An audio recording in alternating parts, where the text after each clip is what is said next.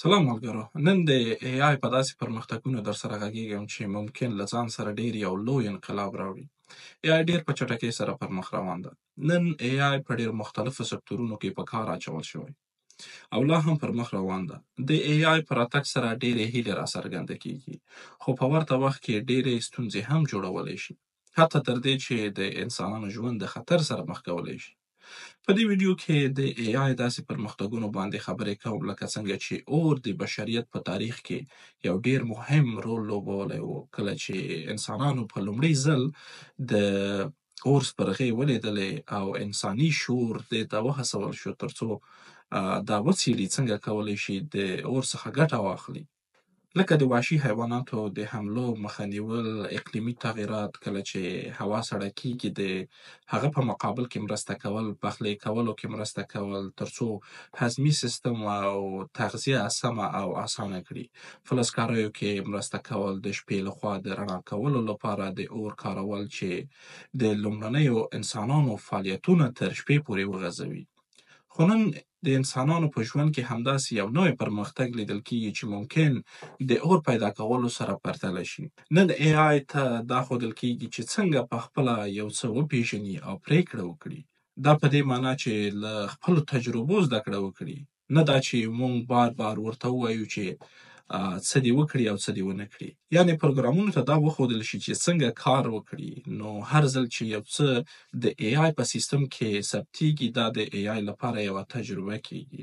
لکه څنګه چې انسانان له خپلې تجربې زده کړه کوي، همداسې AI ته معلومات ورکړل کیږي ترڅو چې AI هم دغه تجربې زده کړي او هغه څه چې د AI په سیستم کې ثبتیږي د هغه په اساس تصمیمونه ونیسي.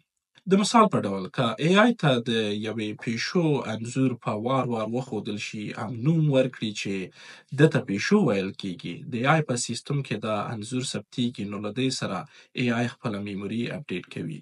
نو کله چې تاسو د AI څخه کار اخلئ، هر کله چې تاسو د پیشو نوم ورته اخلئ، د AI میموري پوهیږي چې تاسو پیشو څه ته وایي او ستاسو ورکړل شوی کاماند درته عملي کوي. همدا ده چې کله په میلیونونو انسانان د AI څخه کار اخلي، دا هره یوه خبره د AI په میموري کې ثبتیږي او لا هم هوښیاریږي او له دې سره ځان اپډیټ کوي. او همدا ده چې نن AI ګورو په ډیرو سکتورونو کې په کار اچول شوی او د زده کړې دې تګلارې ته ډیپ لرنینګ وایي. نن سبا ګیمونه ګورو، موږ د ژوند په مختلفو برخو کې حتما ګیمونه کارولي، لکه شطرنج، پابجي، لډو او همداسې نور ګیمونه. دا ګیمونو کې نیورولینک کارول شوی. لکه د شطرنج مثال اخلو، شطرنج په لومړیو کې دومره پیچلی نه و. تاسو به یاد وي چې د شطرنج تکړه لوبغاړي کولی شول چې شطرنج ته یا د شطرنج کمپیوټري لوبغاړي ته ماته ورکړي. خو نن به دا ډېره ستونزمنه وي، ځکه چې د هغې ورځې څخه تر اوسه پورې دغه سیستمونو ډېر پرمختګ کړی او ډېر هوښیار شوي. لکه د ګوګل الفا ګیم چې په ډیپ لرنینګ کار کوي. دوی د نړۍ تکړه لوبغاړي راغواړي او د ګیم ټورنمنټونه په لاره اچوي. په دغه ټورنمنټونو کې د هر لوبغاړي حرکتونه ریکارډ کیږي. همدا علت ده چې کمپیوټري لوبغاړی کله چې یو اشتباه حرکت لاړ شي، نو دا هر وار د AI په سیستم کې ثبتیږي او بل وار هغه مخکینی اشتباه نه تکراروي. له همدې سره د سلګونو نورو حرکتونو وړاندوینه کولی شي. په دې حال کې چې انسانان یوازې کولی شي چې د 4 یا 5 حرکتونو آمادګي ونیسي یا وړاندوینه وکړي. دا په دې معنا ده چې انسانان به هیڅ کله بیا ونه توانیږي چې AI ته ماته ورکړي. یعنې AI نن ډېر هوښیار شوی او لا هم پر مخ روان ده. د نړۍ مختلفې IT کمپنۍ اوس مهال کوشش کوي ترڅو ډیپ تینکینګ باندې کار وکړي او ماشینونو ته دا وښایي چې په خپله زده کړه وکړي.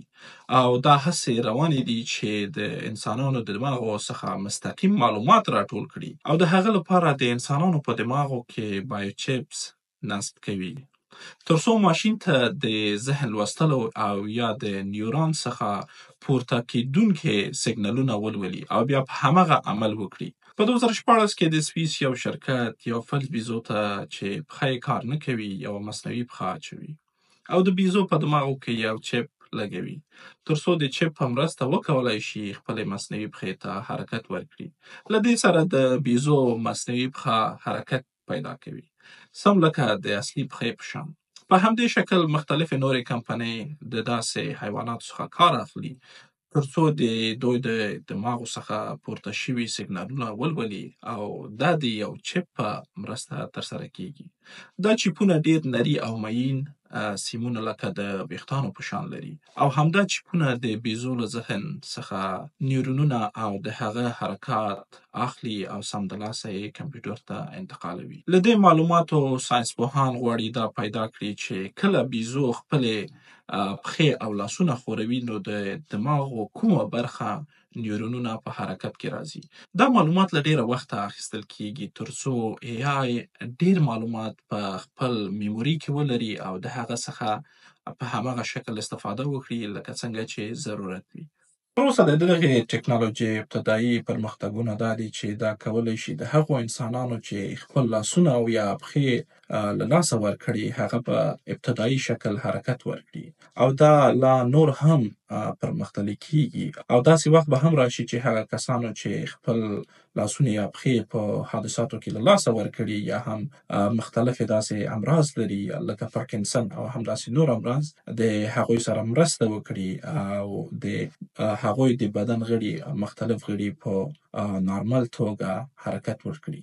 او د ایلن ماسک کمپنۍ نیورولینک په دغه برخه کې ډیر مخکې روانه ده. ایلن ماسک د جنوري 1 کال کې په ټویټر دا خبر خپور کړ. په لومړي ځل انسان امپلانت ترلاسه کړ د نیورولینک له خوا او ابتدایي نتیجې هم مثبته لیدل کیږي. د دې ټکنالوژۍ پر مخ کې داسې یو نیم خنډونه هم لیدل کیږي چې هغه ممکن د دې ټکنالوژۍ د زر عملي کېدو یو څه مخه ونیسي. هغه دا دی چې ممکن دا هک شي او یا دا هم چانس شته چې خپل چارج له لاسه ورکړي یا چارج کم کړي.